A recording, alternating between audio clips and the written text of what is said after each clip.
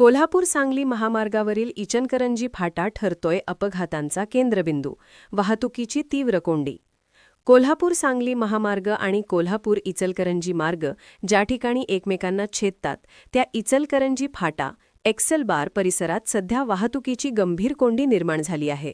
महामार्गावर वाढलेली वाहन संख्या आणि त्याचवेळी इचलकरंजीकडे वळणाऱ्या वाहनांचा मोठा ताण यामुळे या चौकात दररोज वाहतुकीचा खोळंबा होत आहे. या ठिकाणी आवश्यक त्या स्पीड ब्रेकर, दिशादर्शक फलक, रोड मार्किंग तसेच वाहतूक सिग्नलचा अभाव असल्याचे चित्र आहे. परिणामी दोन्ही बाजूंनी येणारी वाहने वेग कमी न करता चौक ओलांडत असल्याने अपघातांचा धोका वाढत आहे. सततच्या कोंडीमुळे वाहन चालकांना मोठ्या अडचणींचा सामना करावा लागत असून या ठिकाणी वारंवार अपघात घडत असल्याच्या घटना समोर येत आहेत. विशेषतः संजय घोडावत इन्स्टिट्यूटच्या सायंकाळच्या शाळा सुटण्याच्या वेळेत या मार्गावर स्कूल बस, खाजगी वाहने आणि अवजड वाहनांची एकाच वेळी गर्दी होत असल्याने वाहतुकीची कोंडी अधिक तीव्र होत असल्याचे स्थानिक नागरिक व वाहनचालक सांगतात. या वेळेत काही वेळा दोन्ही बाजूंनी वाहनांची लांबलचक रांग लागत असल्याचे चित्र पाहायला मिळते.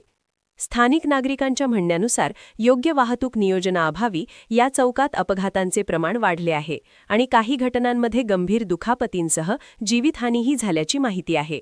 त्यामुळे या ठिकाणी तातडीने वाहतूक नियमन, आवश्यक ते स्पीड ब्रेकर, स्पष्ट रोड मार्किंग, दिशादर्शक फलक तसेच वाहतूक पोलीस किंवा वाहतूक सिग्नल यंत्रणा कार्यान्वित करण्याची मागणी जोर धरू लागली आहे.